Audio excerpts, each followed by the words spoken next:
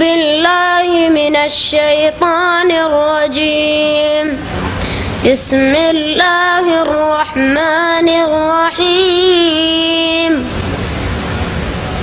والطور وكتاب مسطور في رق منشور والبيت المعمور والسقف المرفوع والبحر المسجور إن عذاب ربك لواقع ما له من دافع يوم تمور السماء مورا وتسير الجبال سيرا فويل يومئذ للمكذبين الذين هم في خوض يلعبون يوم يدعون إلى نار جهنم دعا هذه النار التي كنتم بها تكذبون أفسحر هذا أم أنتم لا تبصرون اصلوها فاصبروا أو لا تصبروا سواء عليكم إنما تجزون ما كنتم تعملون.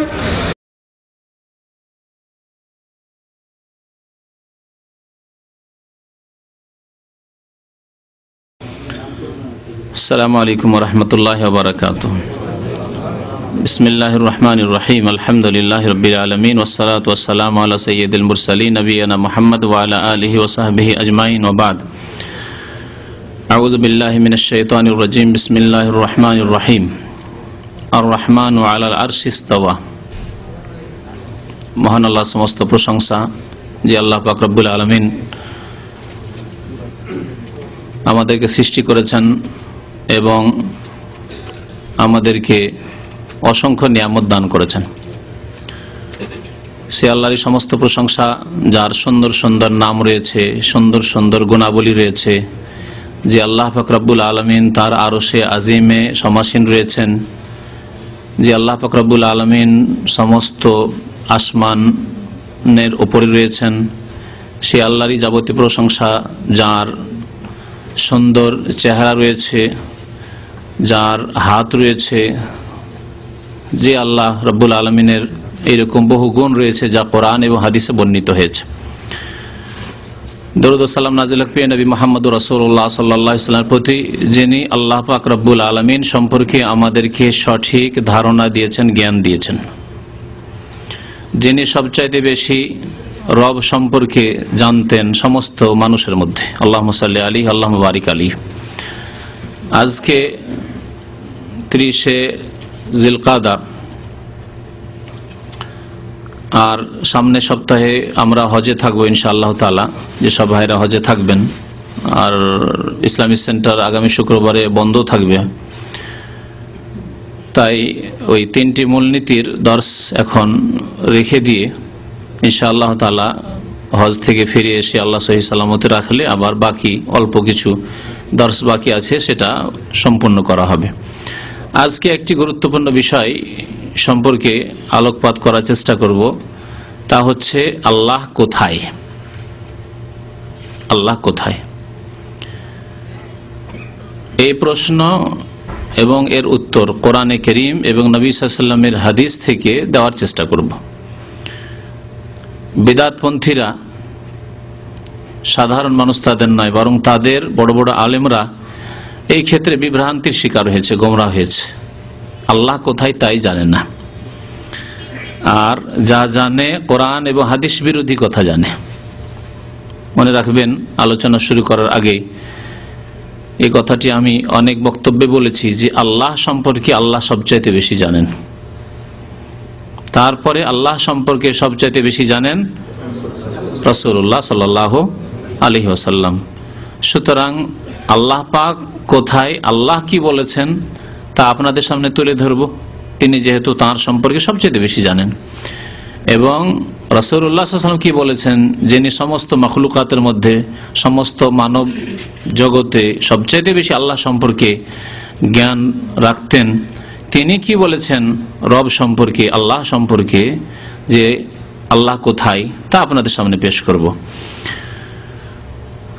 আল্লাহ পাক রব্বুল আলামিন বহু আয়াতে তিনি কোথায় তা উল্লেখ করেছেন। তার প্রথম আয়াত আপনাদের সামনে বলবো সূরাতুল মুলকের, সূরা মুলকের আয়াত নম্বর 16 এবং 17। আল্লাহ পাক ইরশাদ করেছেন, আ'আমিনতুম মান ফিস সামাই,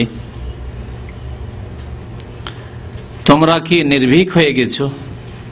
আ'আমিনতুম মানে তোমরা কি ভয় করো না, একেবারে নির্ভীক, কোনো ভয় নেই তোমাদের অন্তরে। মান ফিস সামাই সেই সত্তাকে বলে যিনি ফিস সামাই আকাশে রয়েছেন, অর্থাৎ আকাশের ওপরে রয়েছেন। আরবি ভাষায় ফি এর অর্থ আলা হয়, এটি খুব প্রসিদ্ধ। আর যারা প্রাথমিক নাহু সারফ গ্রামার পড়েছে মাদ্রাসায় তারাও জানে।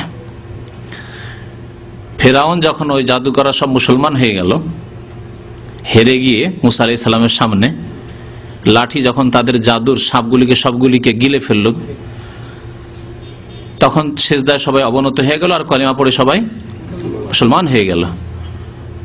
তখন তাদেরকে শাসানিমূলক এই ফেরাউন মরদুদ বলেছিল, ওয়ালা উসাল্লিবান্নাকুম ফি জুযুইন নাখলে, অবশ্যই তোমাদেরকে ফাঁসিতে চড়াবো, ফি জুযুইন নাখল, খেজুর গাছের কিসে, উপরে না মধ্যে, উপরে, কিন্তু শব্দ কি আছে, ফি আছে, ফি মানে মধ্যে হয় শাব্দিক অর্থ, তাহলে ফি সবসময় মধ্যে হয় না। খেজুর গাছের ভিতরে কি ফাঁসিতে চড়াবেন, উপরে, উপরে, তাহলে ফি জুযুইন নাখল মানে আলা জুযুইন নাখলে, উপরে। তো আল্লাহ পাক এখানে বলেছেন, আ'আমিনতুম মান ফিস সামাই, তোমরা কি নির্ভীক হয়ে গেছো, কোনো ভয় করো না সেই সত্তাকে যিনি ফিস সামাই মানে আলাস সামাই, যিনি আকাশের ওপরে রয়েছেন, আকাশের মধ্যে নয়, আকাশের ঊর্ধ্বে রয়েছেন। এবং তিনি আকাশ জমিন সবকিছুর চাইতে বড়, সমস্ত মাখলুকাত চাইতেছেন। আল্লাহর ক্ষুদ্র মাখলুকাত আল্লাহর তুলনায় হচ্ছে আকাশ জমিন সূর্য চন্দ্র, সমস্ত কিছুর ঊর্ধ্বে, সমস্ত কিছুর উপরে আল্লাহ পাক রয়েছেন। আ'আমিনতুম মান ফিস সামাই, তোমরা কি নির্ভীক হয়ে গেছো সেই সত্তা সম্পর্কে যিনি আকাশের উপরে রয়েছেন। আইয়াখসিফা বিকুমুল আরদ, তিনি তোমাদের জমিনকে ধসিয়ে দিতে পারেন। তারপরে আয়াতে আল্লাহ পাক রব্বুল আলামিন বলছেন, ধসিয়ে দিল ফাইজাহা তামুর, তখন জমিন কম্পমান অবস্থায়, স্থির থাকবে না, বসবাসযোগ্য থাকবে না।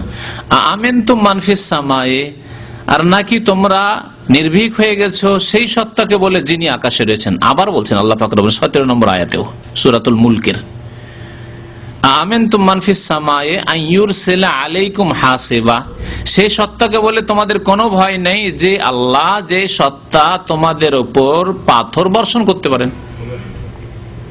আন ইউরসিলা আলাইকুম হাসিবান ফাসাতা'লামুনা কাইফা নাযির, আল্লাহ যদি পাথর বর্ষণ করেন আকাশ থেকে, আল্লাহর আযাব যদি নাযিল হয় উপর থেকে, তাহলে তখন জানতে পারবে কাইফা নাযির, সতর্ক বাণী কেমন ছিল।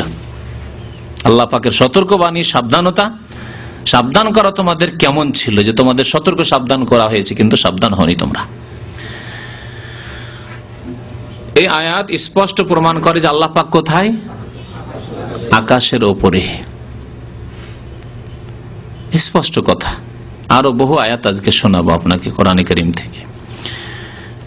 একটি হাদিস শোনায় তারপরে আয়াতগুলি শোনাবো। মুআবিয়া ইবনুল হাকাম আস-সুলামি রাদিয়াল্লাহু তাআলা আনহু সাহাবী বর্ণনা করেছেন, হাদিসটি সহিহ মুসলিম শরীফে রয়েছে।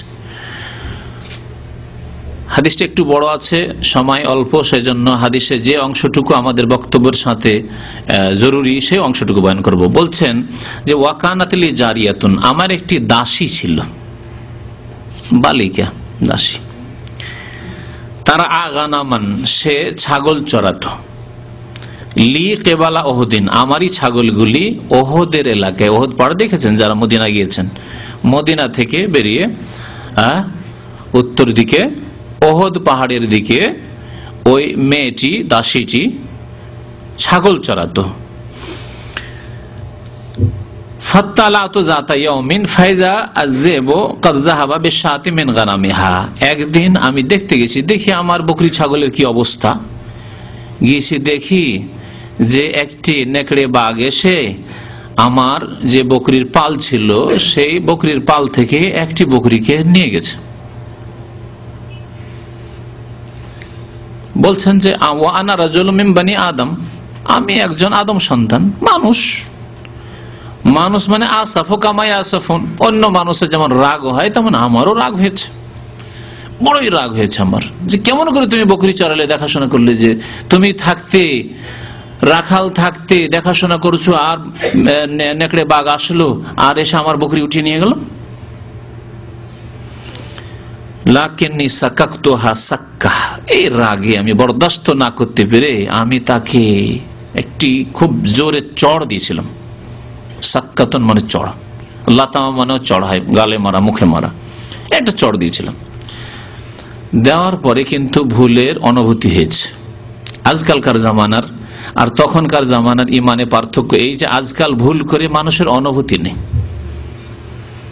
আওয়ামী লীগ বিএনপির লড়াই করছে, হ্যাঁ, আওয়ামী লীগ জামাতের লড়াই করছে, খুনাখুনি করছে, সারা জিন্দিগি চলে গেল, অনুভূতি নেই যে কার কত লোকের বাড়ি ভাঙলাম, আর খুন করলাম, মারলাম, জুলম অত্যাচার করলাম, জবরদস্তি করে আমাদের পার্টি সবল, সেজন্য আমরাই শুধু ভোট দিলাম, অন্যদেরকে ভোট দিতেই দিলাম না, ইত্যাদি। এসব জুলম অত্যাচার হচ্ছে না, হচ্ছে না দেশে?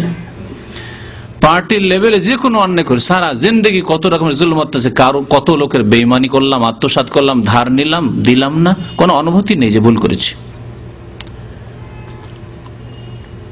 একটি ভুল করেছেন, সামান্য একটা চড় দিয়েছেন দাসীকে, কৃত দাসীকে।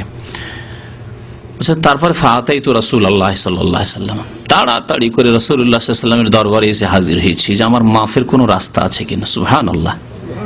এই পার্থক্য, এই জন্য আল্লাহ পাক রব্বুল আলামিন সাহাবায়ে কেরামকে রাদিয়াল্লাহু আনহুম বলতে বলেছেন।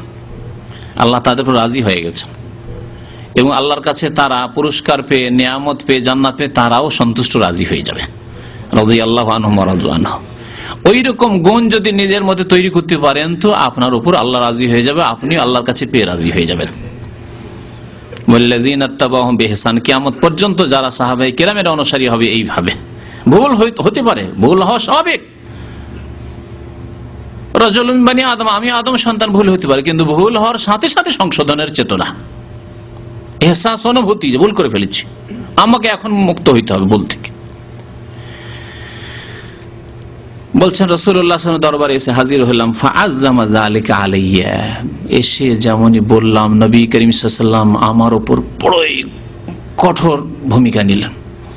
বড়ই পাপ করে ফেলেছি জানো, এইভাবে নবী করিম সাল্লাল্লাহু আলাইহি ওয়াসাল্লাম তুলে ধরলেন। কত বড় অন্যায় করেছো তুমি, কি অন্যায় করেছো তুমি?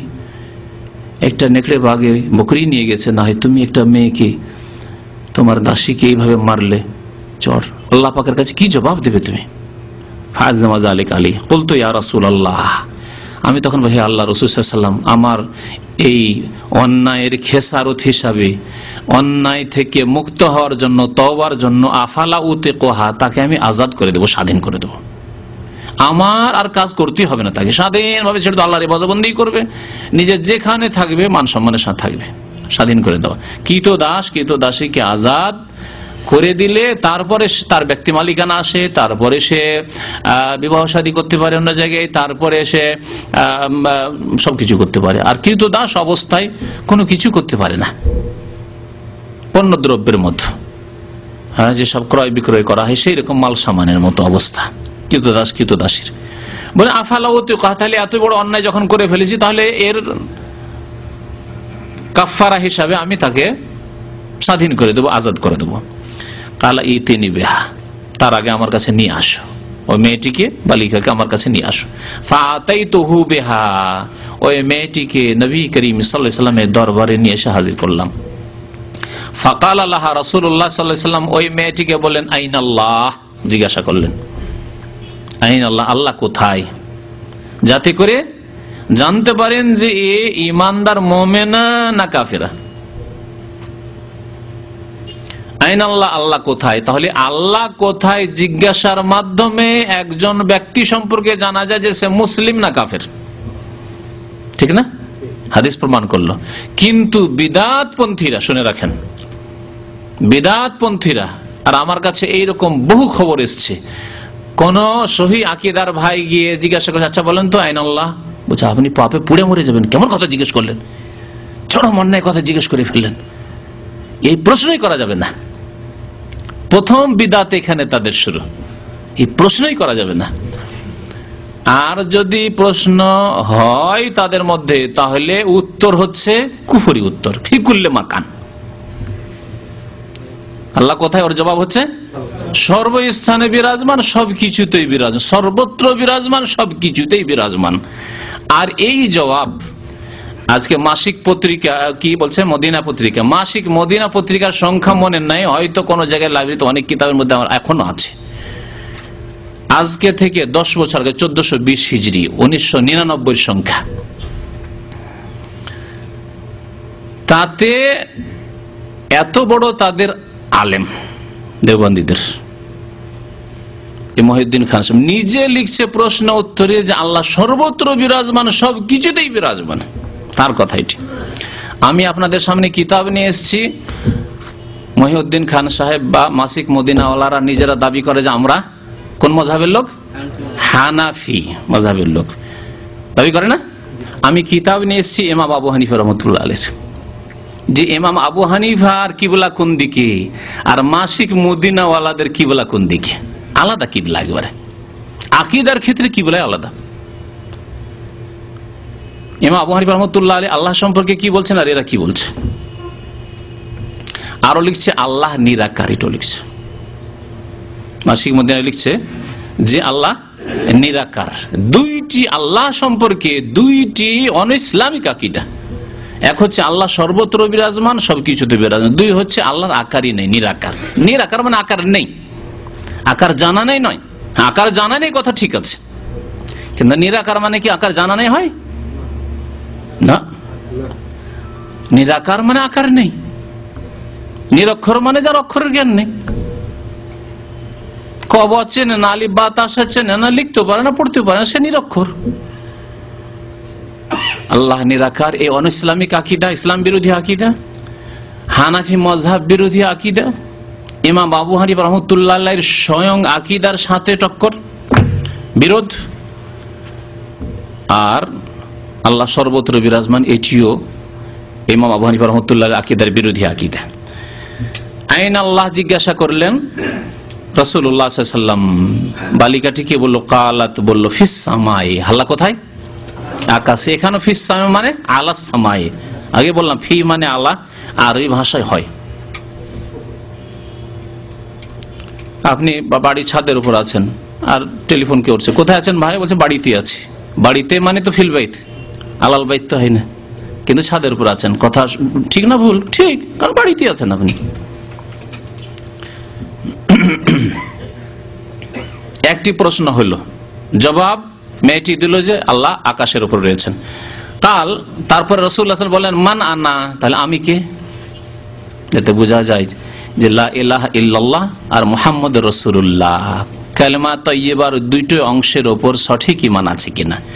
দুটো অংশের উপর ঈমান না থাকলে মুসলিম হতে পারবে না, শুধু একটি অংশের উপর ঈমান থাকলে মুসলিম হবে না এবং জান্নাতও পাবে না। অনেক পশ্চিমা দেশে বসবাসকারী মডার্ন মুসলিমগুলি অনেক ইহুদি খ্রিস্টানদের ভালো চরিত্র, বাহ্যিক চরিত্র দেখে মনে করে যে ওরাও তো ভালোই, ওদের মধ্যে সততা আছে, আর ওরা যদি শিরক না করে, লা ইলাহা ইল্লাল্লাহ তো আছে, কেন জান্নাত পাবে না। অথচ তারা কেউ প্রফেসর, ডক্টর তো অবশ্যই পিএইচডি, আর লেকচারার নয়, রিডারের উপরে গিয়ে প্রফেসর হয়ে গেছে, সিনিয়র প্রফেসর। তাদের অবস্থা এরকম, দুনিয়ার প্রফেসর কিন্তু দিন সম্পর্কে অজ্ঞ, দুনিয়ার ইঞ্জিনিয়ার, ডাক্তার, স্পেশালিস্ট, কিন্তু দিন সম্পর্কে কিছুই জানে না তারা।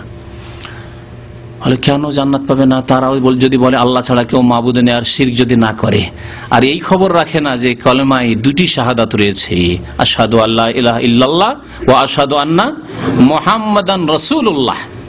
লা ইলাহা ইল্লাল্লাহর স্বীকৃতি দিতে হবে আর মুহাম্মাদুর রাসূলুল্লাহর স্বীকৃতি দিতে হবে। যদি মেনেই নি যে তৃতীয়বাদ নেই, কিছু খ্রিস্টানদের মধ্যে তৃতীয়বাদ নেই, মানে তিন খোদায় বিশ্বাস নেই কিছু। তাহলে মুহাম্মদুর রাসূলুল্লাহর প্রতি বিশ্বাস আছে তাদের? একটিও খ্রিস্টানের নেই। আর যদি থাকে কেউ তাহলে সে কলেমা পড়ে চলে এসেছে, সে আর খ্রিস্টান নেই, সে মুসলিম হয়ে গেছে।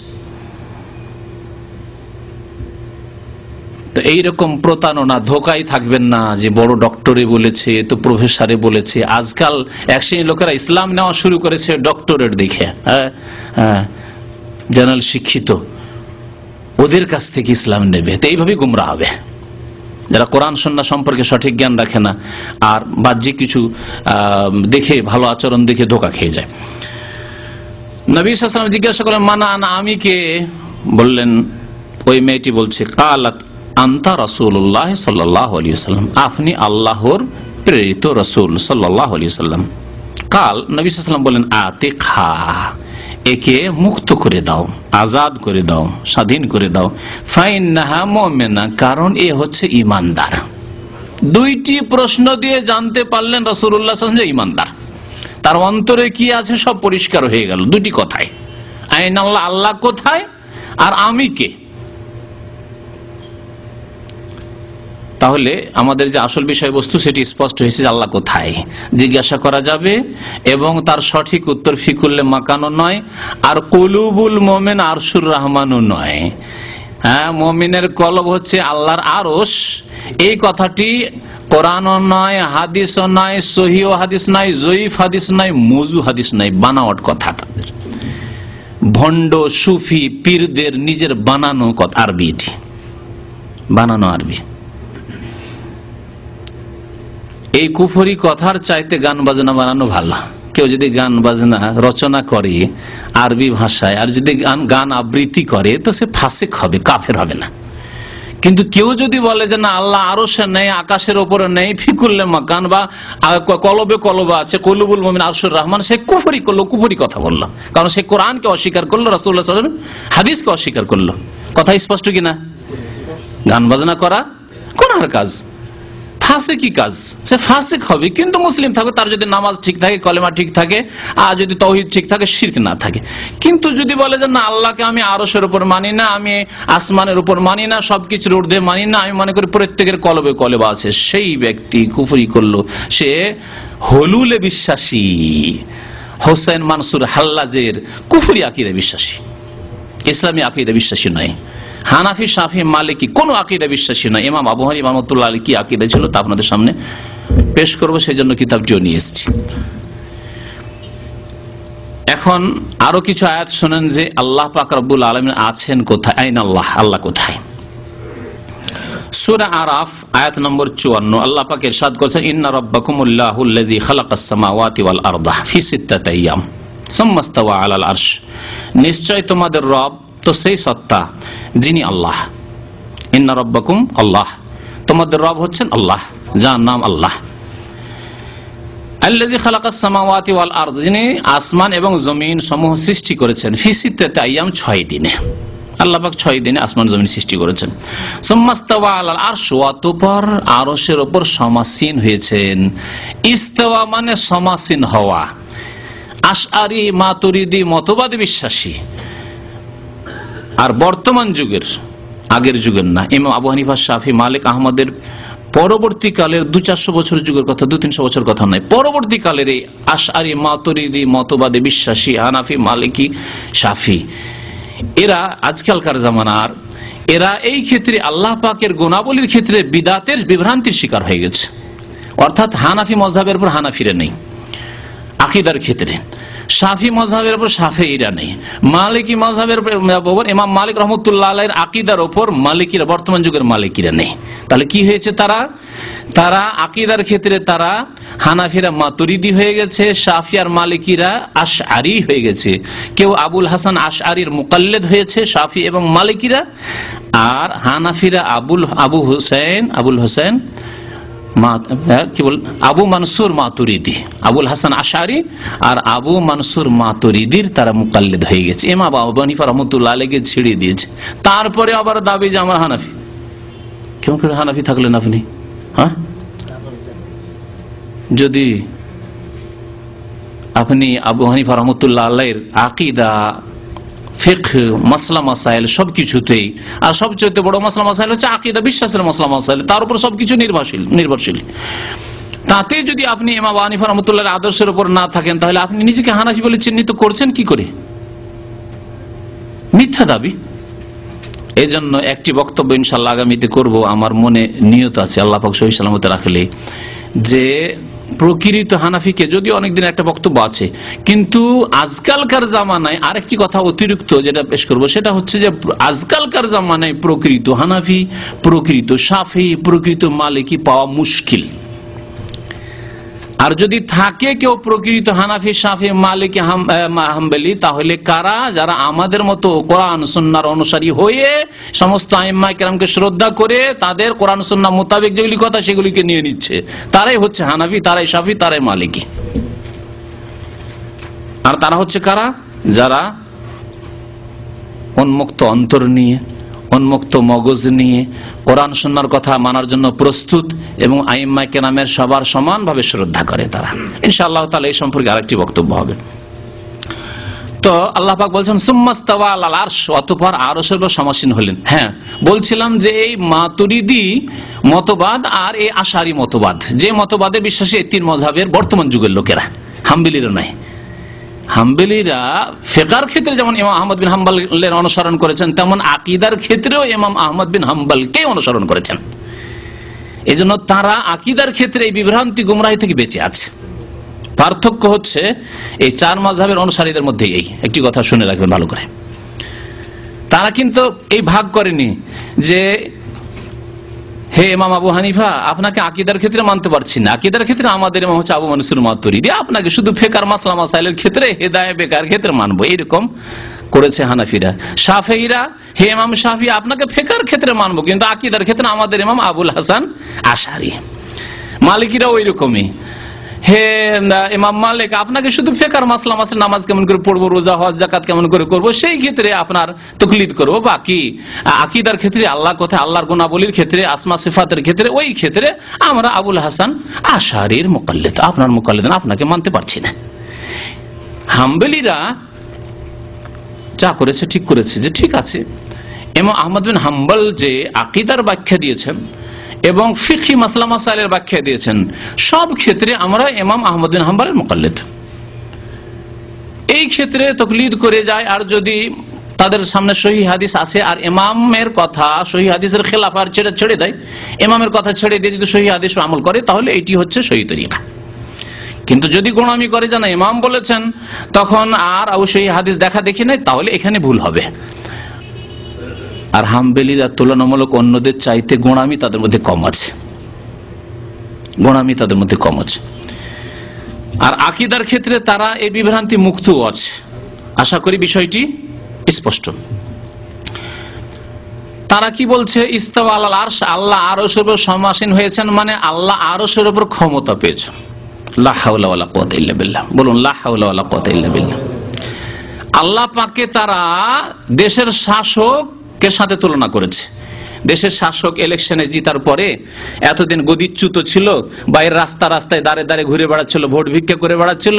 এখন যখন ভোটে তারা ইলেকশনে মেজরিটি পেয়েছে, তখন আমরা কি বলি? ক্ষমতায় এসেছে, ক্ষমতা পেয়েছে। আল্লাহ পাক রব্বুল আলামিন তাহলে আসমান জমিন সৃষ্টি করার আগে ক্ষমতায় ছিলেন না, অক্ষম ছিলেন, আর তারপরে আসমান জমিন সৃষ্টি করার পরে ইস্তাওয়া আল আরশ মানে ক্ষমতায় আসলেন? এটি কত বড় বেয়াদবি কথা আল্লাহ সম্পর্কে হবে যদি এই অর্থ করেন। আর এই অর্থ করে তাওয়িল করেছে ইস্তাওয়া আল আরশ মানে আরশের উপর সমাসীন হননি আল্লাহ পাক রব্বুল আলামিন, বরং ইস্তাওয়া আল আরশ মানে আল্লাহ পাক আরশের উপর ক্ষমতা পেলেন, মানে তার আগে অক্ষম ছিলেন। তাহলে আলা কুল্লি শাইইন কাদির তিনি ছিলেন না? সর্বদা তার নাম কাদির, সর্বশক্তিমান, তাহলে ছিলেন না? কত বড় বিপদ দেখেন। যারা গুমরাহি আকীদাতে যায় তা এইভাবে বিপদে পড়ে, এইভাবে গর্তে পড়ে।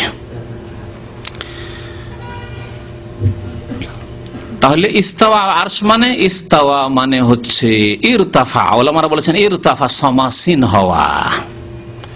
আল্লাহ পাক রব্বুল আলামিন আরশের উপর সমাসীন হলেন, আরশের উপর ক্ষমতা পেলেন নয়, আরশ তার দখলে আসলো নয়। ইউগশিল লাইলা ওয়ান নাহার ইয়াতলুবু হাসিসা, এই লম্বা আয়াত রয়েছে। তারপরের আয়াত শুনেন, তারপর আয়াত হচ্ছে সূরা ইউনূসের আয়াত, সূরা ইউনূস আয়াত নম্বর 3।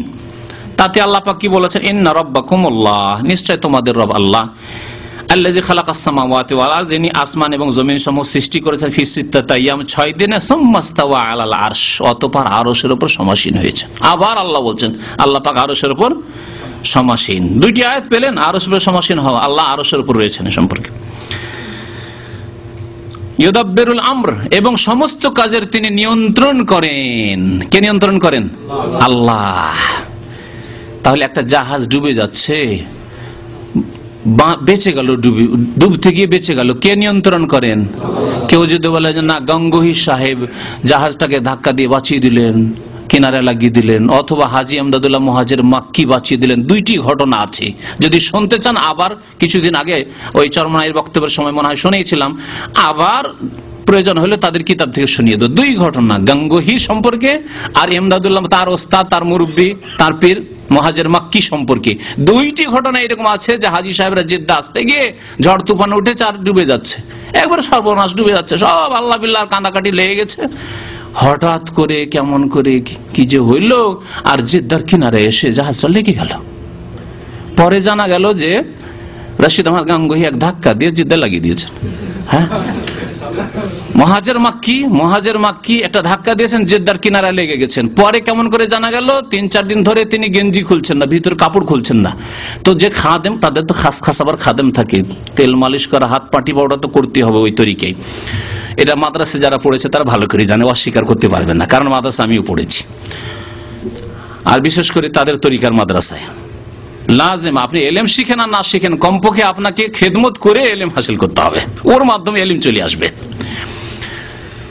তো যাই হোক, এহতেরাম সম্মান করেন, কিন্তু তাতে গলু বাড়াবাড়ি যাতে না হয়, যে একটা ছেলেকে 24 ঘন্টার ওই খিদমতি লাগিয়ে দিয়েছেন, শুধু সব সময় শুধু হাত পাটি ওই সব করে এলেম হাসিল হবে না, তার দিকেও খেয়াল। আপনার ছেলেকে এই কাজে লাগাবেন না। ওই আলেমের ছেলে যদি মাদ্রাসায় পড়ে আর কারো যদি এরকম খেদমত করে, সেই আলেম পছন্দ করবেন না, আমার ছেলেটা ওয়াক্ত বরবাদ করছে এইসব কাজে। কিছু সময় আছে, কিছু সময় খেদমত রয়েছে, উজুর পানি দেওয়া, জুতো স্যান্ডেল ইত্যাদি সামান্য কিছু, সেটা আলাদা কথা। তো যাই হোক, বিষয় থেকে বেরিয়ে চলে যাচ্ছি। 2-3 দিন জামা খুলছেন না, কি ব্যাপার? বলছে হুজুর কি ব্যাপার, আপনি জামা খুলছেন না? যেমন কষ্ট বোধ হচ্ছে আপনাকে। তেল মালিশ করার জন্য যেই জামাটা খুলেছে, দেখছি এখানে আঁচড় লেগে আছে, পিঠে এই জায়গাটা আঁচড় লেগে আছে। কি ব্যাপার, আঁচড় লেগে কেন? বলছে কাউকে বলবে না। তাহলে তুমি হুজুর আপনার কথা কি বলি, ওই যে জাহাজটা ডুবে যাচ্ছিল, ভারত থেকে আসছিল হাজী সাহেবরা, জাহাজটা ডুবে যাচ্ছিল, তো জানতে পারলাম, কাশফের মাধ্যমে জেনে নিলাম যে জাহাজ ডুবে যাচ্ছে। তখন একবার লাফ দিয়ে যে চলে গেলাম সমুদ্রের ভিতরে, দিয়ে ধাক্কা দিলাম, আর জিদ্দায় আমার কেরামতিটি ধাক্কা দিয়ে এসে জিদ্দায় লেগে গেল, কিন্তু এতে আঁচড় লেগে গেছে। আরে বাবা, এত বড় ধাক্কাই দিতে পারেন, এত বড় জাম দিতে পারেন সমুদ্রে, আপনি ভারত মহাসাগরে, লোহিত সাগরে, তাহলে আপনার আঁচড়টাই থেকে বাঁচতে পারলেন না? এ কেমন পীরতন্ত্র হইল? আশ্চর্য কথা।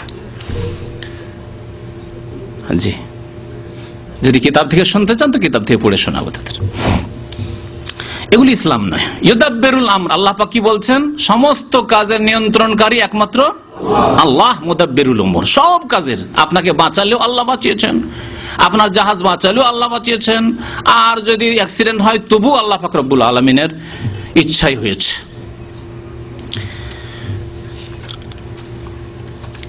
তো 3 নম্বর আয়াতে যাই। আল্লাহুল্লাযী রাফা'আস সামাওয়াতি বিগাইরি আমাদিন, আল্লাহ পাক ইরশাদ করেছেন যে আল্লাহ সেই সত্তার নাম যিনি আকাশসমূহকে উঠিয়ে রেখেছেন বিনা স্তম্ভে। তারাও না, যা চোখের সামনে দেখতে পাচ্ছ, কোথাও খুঁটি স্তম্ভ নেই। সুম্মাস্তাওয়া আলাল আরশ, অতঃপর তিনি আরশের উপর সমাসীন হয়েছেন। সূরা রাদ আয়াত নম্বর 2, সূরা রাদ আয়াত নম্বর 2। তারপরের আয়াত সূরা তাহা আয়াত নম্বর 5, আল্লাহ পাক বলছেন আর রহমানু আলাল আরশি ইস্তাওয়া, রহমান দয়াবান আল্লাহ পাক আরশের উপর সমাসীন রয়েছে। আরো আয়াত শোনাই, সূরা ফুরকানের আয়াত নম্বর 59, আল্লাহুল্লাযী খালাকাস সামাওয়াতি ওয়াল আরদা ওয়া মা বাইনাহুমা ফি সিত্তাতি আইয়াম, আল্লাহ সেই সত্তা যিনি আসমান জমিন সৃষ্টি করেছেন এবং যা কিছু তার মধ্যে রয়েছে, আসমান জমিনের মধ্যে রয়েছে গাছপালা ইত্যাদি, পৃথিবীতে যা কিছু রয়েছে পাহাড় পর্বত, 6 দিনে সৃষ্টি করেছেন। সুম্মাস্তাওয়া আলাল আরশ, অতঃপর আরশের উপর সমাসীন হয়েছেন। ফাসআল বিহি খাবীরা, সুতরাং আল্লাহ সম্পর্কে জিজ্ঞাসা করতে হলে কোনো জ্ঞানীকে জিজ্ঞাসা করো। ফাসআল বিহি খাবীরা, কোন খাবীর, যে ব্যক্তি সূক্ষ্ম খবর রাখে, সূক্ষ্ম জ্ঞান রাখে আল্লাহ সম্পর্কে, তাকে জিজ্ঞাসা করো আল্লাহ চাইতে বেশি কে সূক্ষ্ম খবর দিতে পারে, আল্লাহ কোথায়। ফাসআল বিহি খাবীরা, সূরা ফুরকান আয়াত নম্বর 59। সূরা সাজদা আয়াত নম্বর 4 শুনেন আল্লাহ পাক কি বলছেন। আল্লাহুল্লাযী খালাকাস সামাওয়াতি ওয়াল আরদা ওয়া মা বাইনাহুমা, আল্লাহ সেই সত্তার নাম যিনি আসমান জমিন সমূহ সৃষ্টি করেছেন, ওয়া মা বাইনাহুমা, যা কিছু তার মাঝে রয়েছে, ফি সিত্তাতি আইয়াম, 6 দিনে, সুম্মাস্তাওয়া আলাল আরশ, অতঃপর আরশের উপর সমাসীন হয়েছেন। সূরা সাজদা আয়াত নম্বর 4। এই সূরা সাজদা প্রত্যেক জুমার দিনে ফজর নামাজের প্রথম রাকাতে পড়া সুন্নাত। পড়েও বিদআতপন্থীরা এই সুন্নতের উপর অনেক জায়গায় আমল করে, কিন্তু কোরআনের আয়াতগুলি তাদের নজরে আসে না, আর আসলেও তারা অর্থ বিকৃত করে। ইস্তাওয়া আল আরশ মানে গদি দখল করেছেন। আওয়ামী লীগ গদি দখল করলো, বিএনপি গদি দখল করলো, অমুক গদি দখল করলো, অমুক রাজা মূল্য আর এক রাজা আসলো, ওই রকম এর সাথে তুলনা করেছে। আল্লাহ যেন তার আগে ওই গদি দখল করা বা যে রাজা ছিল না, সে যেমন অক্ষম ছিল সক্ষম হইল, তেমন মনে করেছে তার আল্লাহকে। এইরকম বেয়াদবি আল্লাহর সাথে করেছে তারা এই অর্থ করে।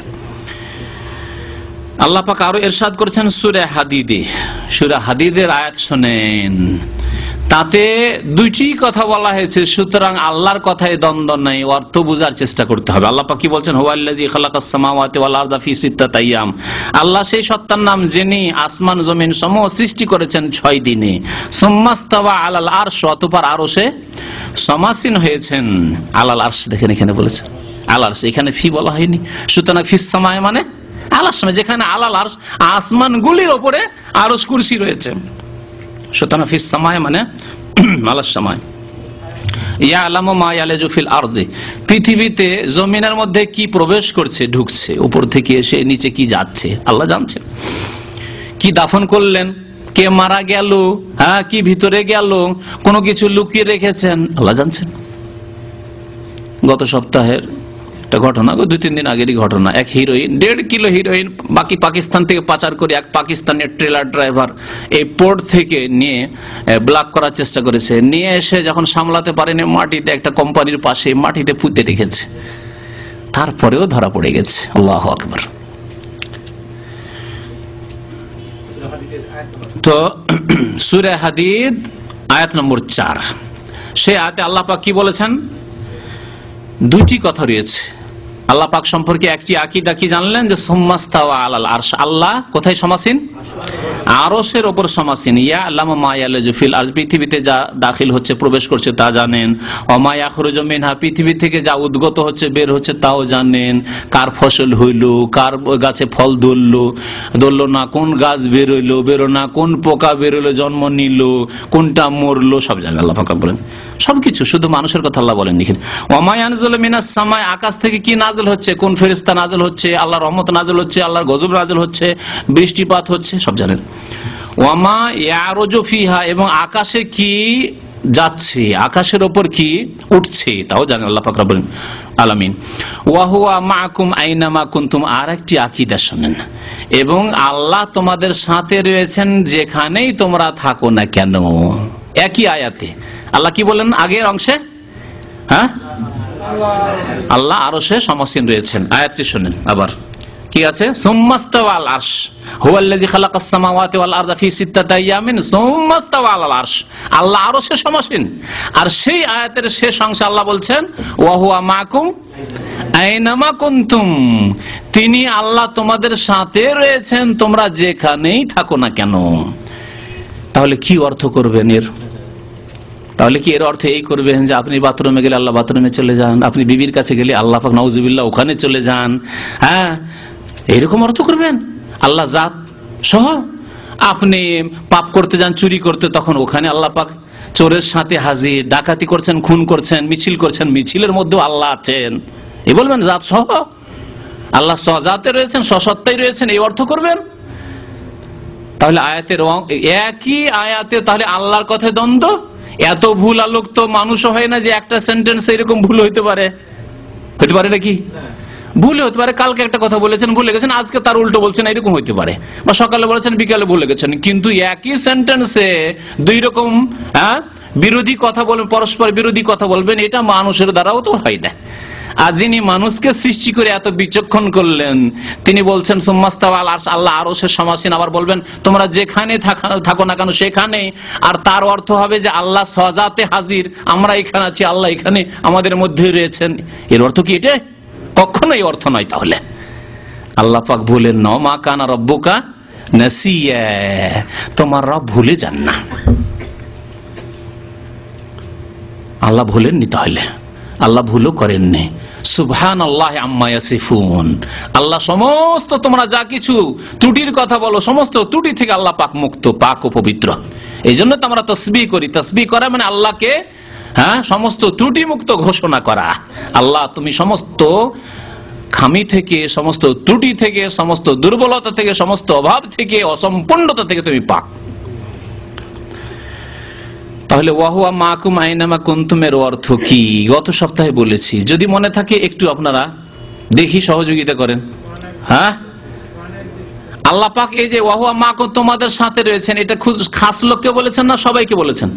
সবাইকে বলেছেন। এটা মুসলিমকে বলেছেন, অমুসলিমকে বলেছেন, প্রত্যেক মানুষকে, প্রত্যেক জীবকে বরং বলা হয়েছে যে তোমরা যেখানেই থাকো না কেন, মানুষ, জিন, মুসলিম, অমুসলিম, কাফের, ইহুদি, নাসারা, হিন্দু, যেখানে থাকো না কেন সেখানে আল্লাহ আছেন। তাহলে কোন দিক দিয়ে?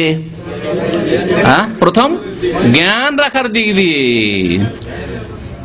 আব্দুল্লাহ কোথায় আছে, শ্রীরাম কোথায় আছে, আর জর্জ কোথায় আছে, বুশ কোথায় আছে, কি অবস্থায় আজকে হাসপাতালে আছে না বাড়িতে আছে, সব আল্লাহ পাক জানেন। ওয়াহুয়া মাকুম, ইলমের দিক দিয়ে, জ্ঞানের দিক দিয়ে কোথায় চোর কোথায় লুকিয়ে আছে, ডাকাত কোথায় লুকিয়ে আছে, খুনি খুন করে আত্মগোপন করে কোথায় আছে, বিল ইলমে, জ্ঞানের দিক দিয়ে আল্লাহ পাক রব্বুল আলামিন তোমাদের প্রত্যেকের সাথে আছেন। কিন্তু আল্লাহর জাত, আল্লাহর সত্তা আকাশের উপরে, আরশের উপরে রয়েছেন, আরশের সমাসীন। তাহলে কথায় কোনো দ্বন্দ্ব নেই। আল্লাহর জাত আরশ আজিমের উপর, ইলমের দিক দিয়ে। আর কোন দিক দিয়ে? রক্ষণাবেক্ষণ আম লোকের নাই। আল্লাহ আম লোকের হেফাজত, কাফের হেফাজত করেন, বেনামাজির হেফাজত করেন, ফাঁসে খুনির হেফাজত করেন না। পর্যবেক্ষণ দেখছেন আল্লাহ পাক রব্বুল আলামিন। তো ইলমের মধ্যে চলে আসলে যে আর একটা শব্দ বলেন, কুদরতের দিক দিয়ে, ক্ষমতার দিক দিয়ে। আল্লাহর কুদরতের বাইরে যেতে পারবে না। এক দেশ থেকে পালিয়ে গিয়ে, অপরাধ করে পালিয়ে গেলে, জিদ্দা দিয়ে কোনটা দিয়ে ঢুকে চলে গেলে, কোথায় যে গেলে তোমাকে ধরতেই পারলো না। আল্লাহ পাক রব্বুল আলামিনের জমিন থেকে পালাবার কোনো জায়গা নেই। ইয়া মাশারাল জিন্নি ওয়াল ইনস, আল্লাহ পাক জিন এবং ইনসান সবাইকে ডেকে বলেছেন ইনিস্তাতাতুম আন তানফুযু মিন আকতারিস সামাওয়াতি ওয়াল আরদ ফানফুযু লা তানফুযুনা ইল্লা বিসুলতান ফাবিআইয়ি আলাই রাব্বিকুমা তুকাজ্জিবান।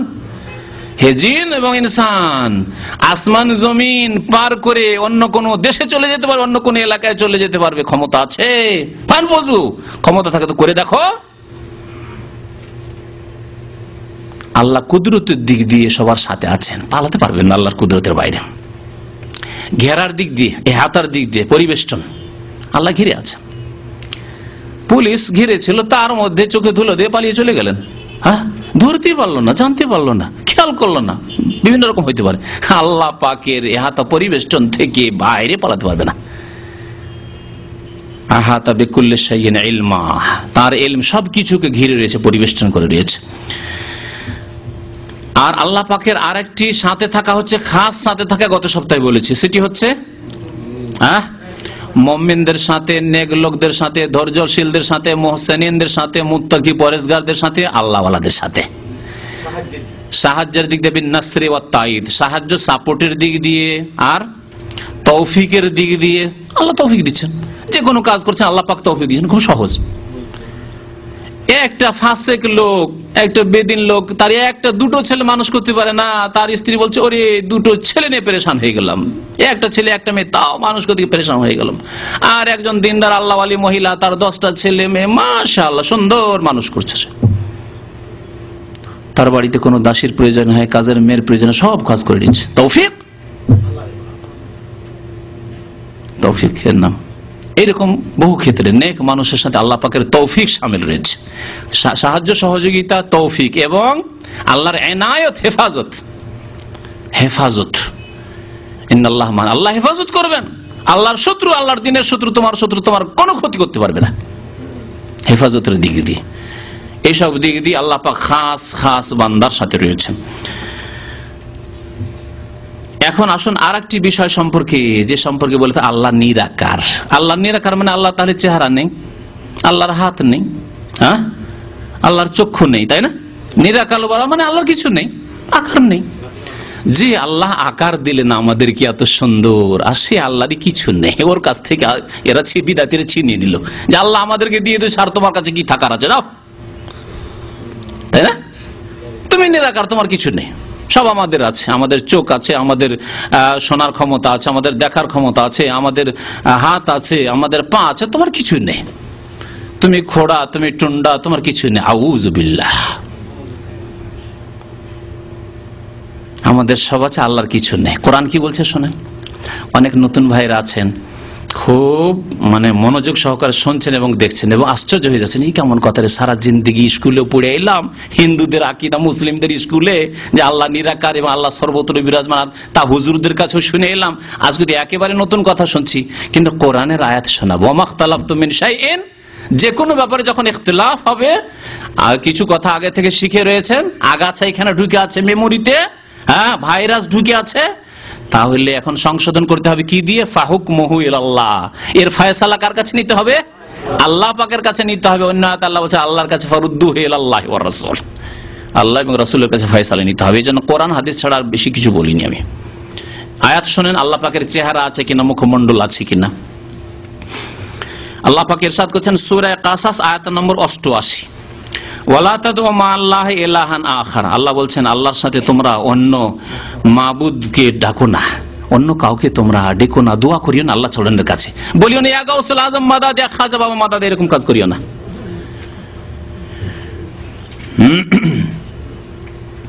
তারপরে বলছেন আল্লাহ পাক লা ইলাহা ইল্লাহু, তিনি ছাড়া কেউ সত্য মাবুদ নেই। কুল্লু শাইইন হালিকুন, প্রত্যেক বস্তু, কুল্লু শাই, প্রত্যেক বস্তু ধ্বংসশীল, সবকিছু ধ্বংস হবে।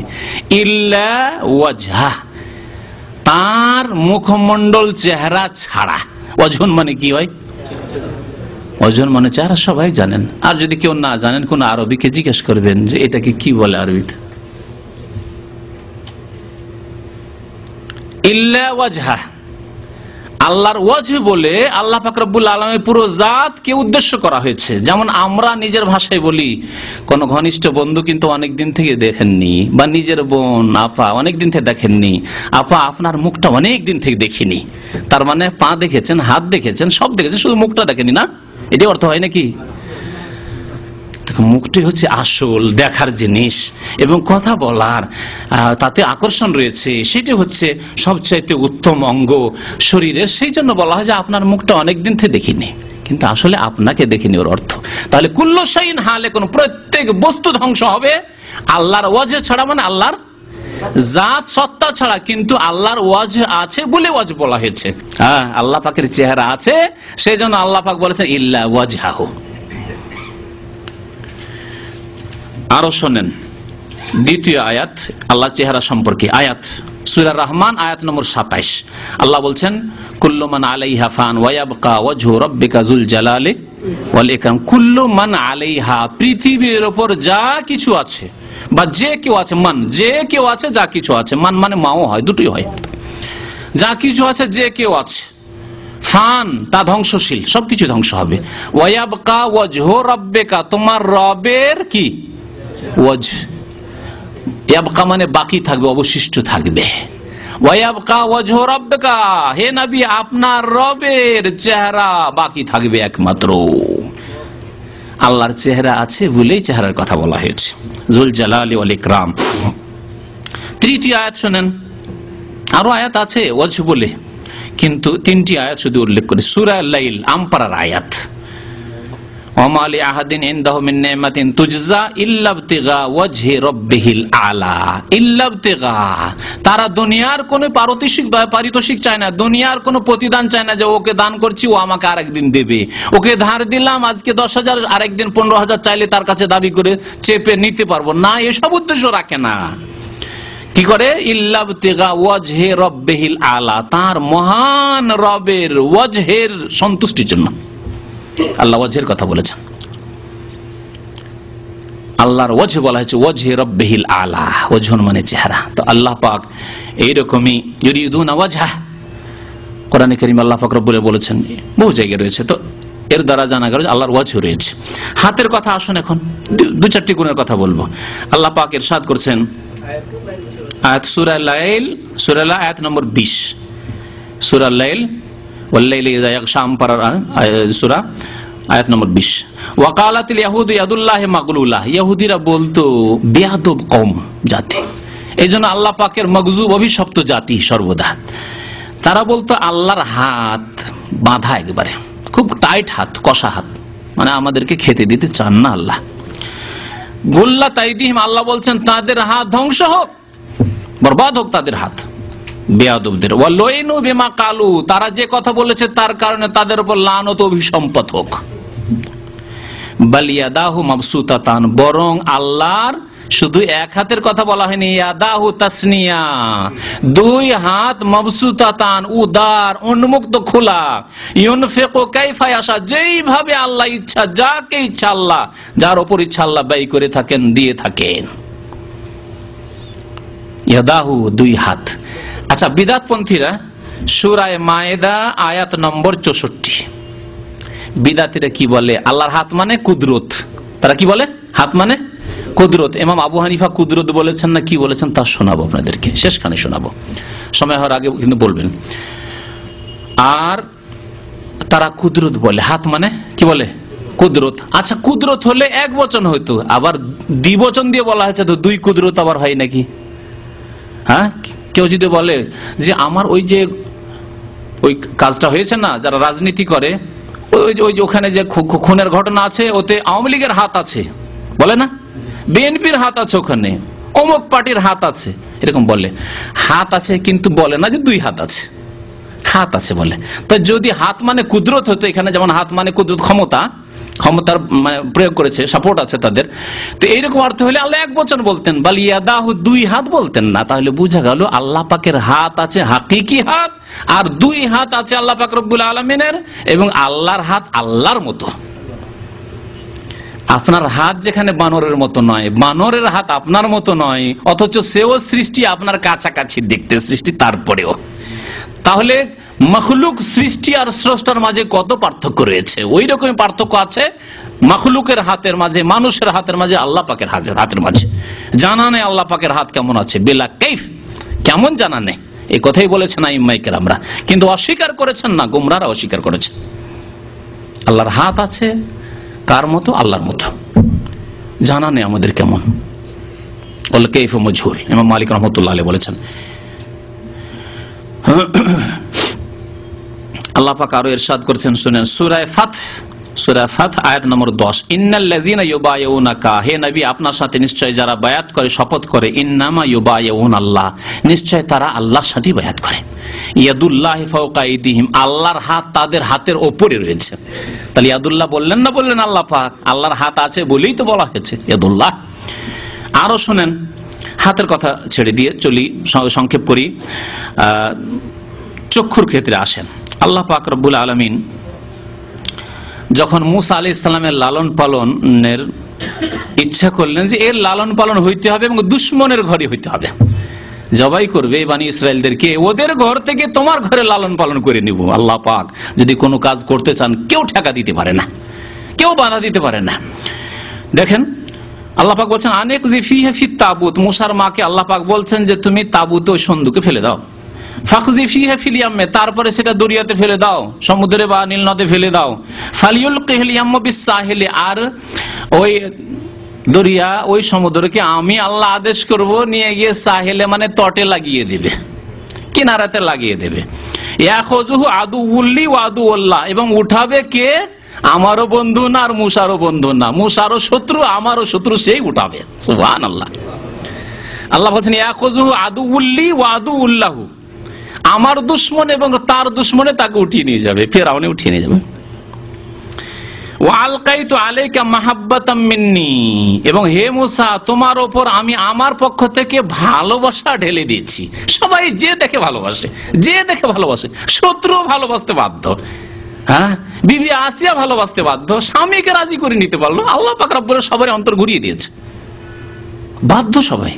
আলকাইতু আলাইকা মাহাব্বাতাম মিন্নি, ভালোবাসা এমন দিয়ে দিয়েছে যে মানুষ পাগল ভালোবাসার জন্য। ফিরআউন পাগল, রাখতে হবে কে? আমাদের ছেলে না, শুধু মেয়ে আছে, এই ছেলেটা বড় হলে কাজে আসবে। ওয়ালে তুসনা আলা আইনি, এবং আমার উদ্দেশ্য ছিল যে আমার চোখের সামনে তোমার লালন পালন হোক। আলা আইনি, আইনুন মানে কি, আর ইয়া মানে আমার, আইনি মানে আমার চোখ, আমার চোখের সামনে লে তুসনা, ওয়ালে তুসনা আলা আইনি, তোমার লালন পালন হোক, তুমি লালিত পালিত হও। ফেরাউনের ঘরেই তোমার লালন পালন, কিন্তু আমার চোখের সামনে, আমার রক্ষণাবেক্ষণ, আমার হেফাজতে ফেরাউন কিছুই করতে পারবে না, কোন দুশমন কিছু করতে পারবে না। আল্লাহর আইন প্রমাণ হইলেও আল্লাহর চক্ষু আছে, কিন্তু আল্লাহর চক্ষু আল্লাহর চক্ষুর মতো। আয়াত নম্বর সূরা তাহা আয়াত নম্বর 39, আরো শুনে সূরা হুদ আয়াত নম্বর 37, আল্লাহ বলছেন ওয়াসনাইল ফুলকা বিআয়ুনিনা ওয়াহিয়ানা। নূহ আলাইহিস সালামকে আল্লাহ বলছেন, ঘটনা অন্য। নূহ আলাইহিস সালামকে আল্লাহ বলছেন যে তুমি জলজাহাজ তৈরি করো, পানি জাহাজ, ফুলক পানি জাহাজ তৈরি করো, বিআয়ুনিনা, আইনুনের জমা হচ্ছে আয়ুন, আয়ুনুন লা ইউবসিরুনা বিহা, আয়ুন, জি, আর অয়ুনও হয়, দুটোই জমা হয়। ওয়াসনাইল ফুলকা, তুমি পানি জাহাজ তৈরি করো আমার চোখের সামনে, আল্লাহ বলছেন, চক্ষু প্রমাণ হইল। ওয়াহিয়ানা, আমার আদেশ ক্রমে, আমার ওহির মাধ্যমে। ওয়ালা তুখাতিবনি ফিল্লাযিনা যালামু, আর যারা জালেম হয়েছে তাদের ক্ষেত্রে খবরদার দোয়া করবে না, কিন্তু তাদের সম্পর্কে আমাকে তুমি সম্বোধন করবে না, বলবে না যে আল্লাহ তুমি আমার কেনানকে উদ্ধার করো, খবরদার। যেমনই দোয়া করতে গিয়েছেন নূহ আলাইহিস সালাম, তেমন আল্লাহ পাক আয়াত নাযিল হুকুম করেছেন, যেটি কোরআনে আয়াত নাযিল হয়েছে। ওয়ালা তুখাতিবনি ফিল্লাযিনা যালামু, যারা জালেম, জুলুম করেছে, কুফরি করেছে, তারা হালাক হবে, আর তুমি বলবে যে মায়া লাগছে, আল্লাহ তুমি আমার ছেলেটাকে নাজাত দাও, খবর দোয়া করবে না। ইন্নাহুম মুগরাকুন, অবশ্যই তাদেরকে ডুবিয়ে ধ্বংস করব। আল্লাহ পাক আরো বলছেন সূরা তুর আয়াত নম্বর 48, ওয়াসবির লিহুকমি রাব্বিকা, তোমার রবের জন্য তুমি রবের ফয়সালার উপর তুমি ধৈর্য ধারণ করো। আল্লাহ পাক নবীকে সান্ত্বনা দিচ্ছেন, তারপরে শেষ নবীকে বলছেন সাল্লাল্লাহু আলাইহি ওয়াসাল্লাম বলছেন ফাইন্নাকা বিআয়ুনিন, আল্লাহ পাক বলছেন যে নিশ্চয় তুমি আমার চোখের সামনেই রয়েছে।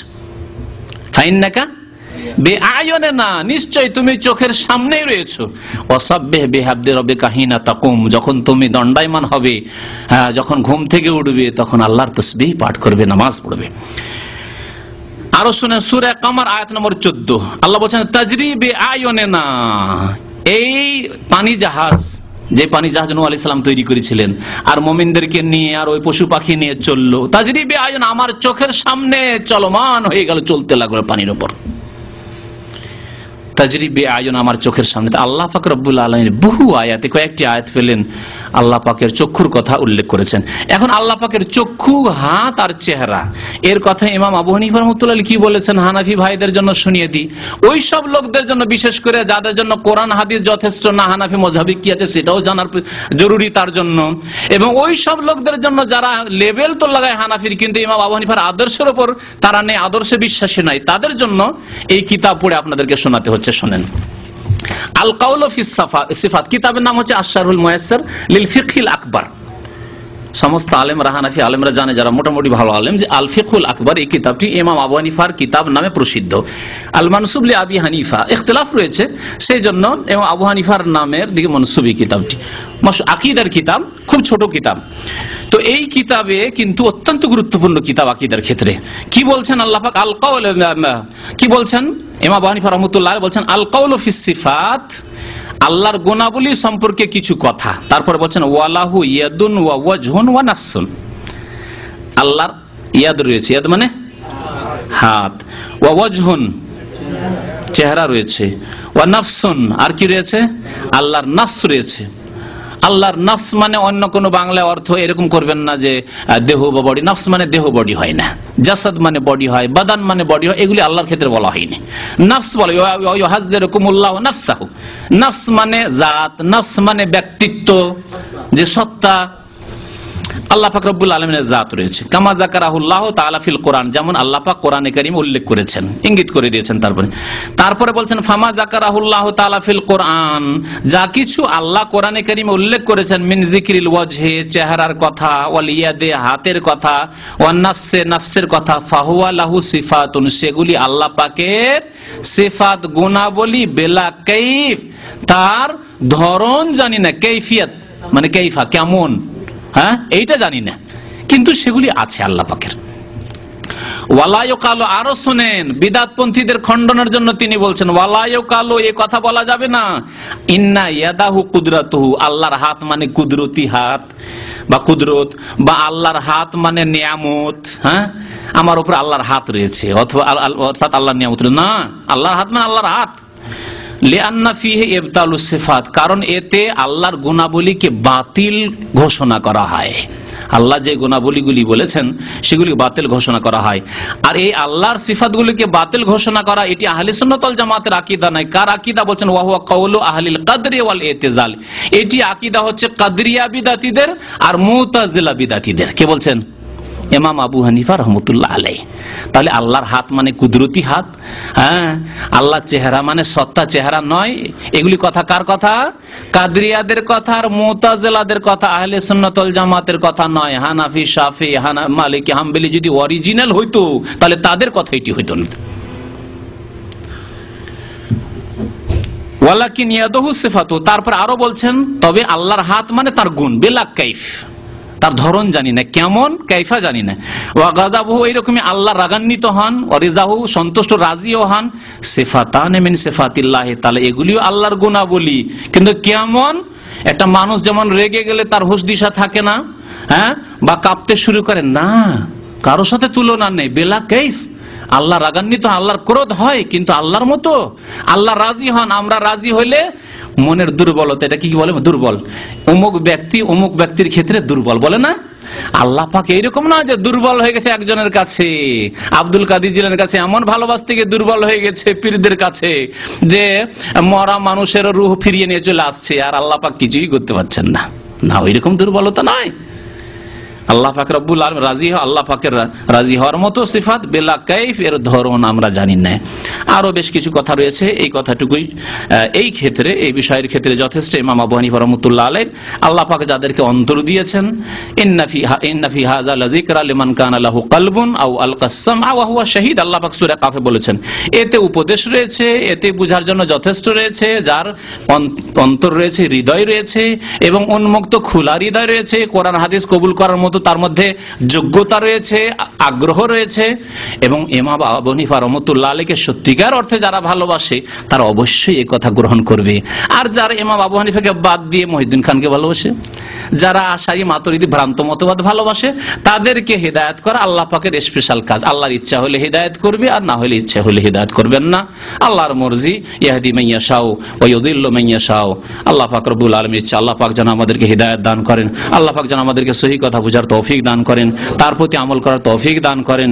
আল্লাহ পাক সম্পর্কে, তার রাসূল সম্পর্কে সঠিক আকীদা আমাদেরকে রাখার জন্য তৌফিক দান করেন। আল্লাহ পাক আমাদের অতীতের ভুল ভ্রান্তি, আকীদার ভুল ভ্রান্তি, আমলের ভুল ভ্রান্তি সব যেন আল্লাহ পাক আমাদের মাফ করে দেন। আল্লাহ পাক আমাদের সবকিছু যেন সংশোধন, ইসলাহ করার তৌফিক দান করেন। আল্লাহ পাক আমাদেরকে যেন সিরাতে মুস্তাকিম দেখান, আমরা যেন কারো ব্যক্তি পূজা করতে না লাগি, কোরআন সুন্নাহর আমাদের অনুসরণ করার জন্য আল্লাহ পাক তৌফিক দান করেন। আমিন ইয়া রাব্বাল আলামিন। সাল্লাল্লাহু আলা নবিয়িনা মুহাম্মদ ওয়া আলা আলিহি ওয়া সাহবিহি আজমাইন।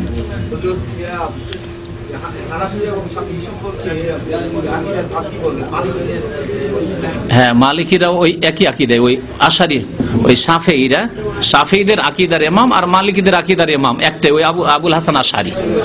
তারা আশারি মতবাদে বিশ্বাসী।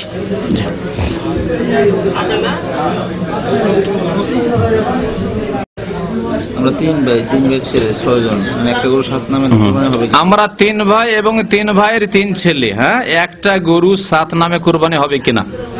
7 নামে তো কুরবানি অবশ্যই হবে, কিন্তু 3 ভাইয়ের 3টে নামে দিয়ে এক এক ভাইয়ের যে পরিবার আছে সমস্ত পরিবারকে শামিল করতে পারেন। এক ভাইয়ের যে ছেলে মেয়ে আছে, স্ত্রী ছেলে মেয়ে, একটি গরুর ভাগে তারা সামিল হতে পারে। 3 ভাইয়ের নামে, অথবা যদি একসাথে 3 ভাই আছেন, একটা গরু দিয়ে দেন 3 ভাগ করে, কোনো অসুবিধা নেই। 7 ভাগ যখন করা যায়, 3 ভাগ করা যায়, 5 ভাগ করা যেতে পারে, কোনো অসুবিধা নেই। একজনের নামে 2টা দেওয়া যেতে পারে। আরাফাতের রোজা রাখলে, আরাফায় যেদিন হাজী সাহেবেরা থাকেন সেই দিন রোজা রাখতে হবে। হ্যাঁ, আর আজকাল প্রচার মাধ্যমের মাধ্যমে জেনে যাচ্ছেন, সুতরাং আরাফায় যেদিন হাজিরা আছে সেই দিন রাখবেন, এখানকার ঈদের দিনে নয়। জি, হ্যাঁ, কি হলো? হজে এহরামের অবস্থায় স্যান্ডেল ব্যবহার করাই হচ্ছে সুন্নত। সে চামড়া স্যান্ডেল হোক আর আপনার এমনি চটি চপ্পল হোক, ব্যবহার করাই হচ্ছে সুন্নত। নবী সাল্লাল্লাহু আলাইহি ওয়াসাল্লাম স্যান্ডেল করেছেন। কিন্তু জুতো যদি টাকনা নিচে থাকে কোনো দোষ নেই, টাকনা ঢাকা জুতো থাকবে না, মোজার মতো।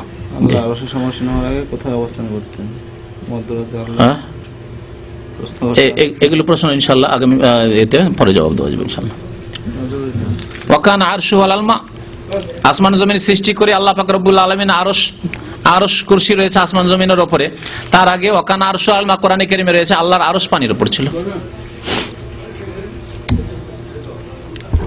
10 তারিখে বড় জামরাকে পাথর মারবেন, হ্যাঁ, বড়টাকে। আর 11, 12, 13 তারিখে 3টিকে মারবেন। 12 তারিখ পর্যন্ত মারা জরুরি, আর 13 তারিখে যদি থাকেন তাহলে মারবেন 3টাকে। হ্যাঁ, 3টা। হ্যাঁ, হজের কাজে বলে ক্যাসেট আছে। তারপরে হজের দার্সে আসেন না, রাত্রে হজের দার্স হচ্ছে, আজকে রাত্রে দার্স হবে। হজের আজকে সর্বশেষ দার্স হবে হজ সম্পর্কে এশার নামাজের পরে 7:30টায় চলে আসবেন আপনার। 7:30 থেকে 9টা পর্যন্ত আজকে বিস্তারিত হজের দার্স হবে। তারপরে প্রশ্ন থাকার কথা নয়। জি।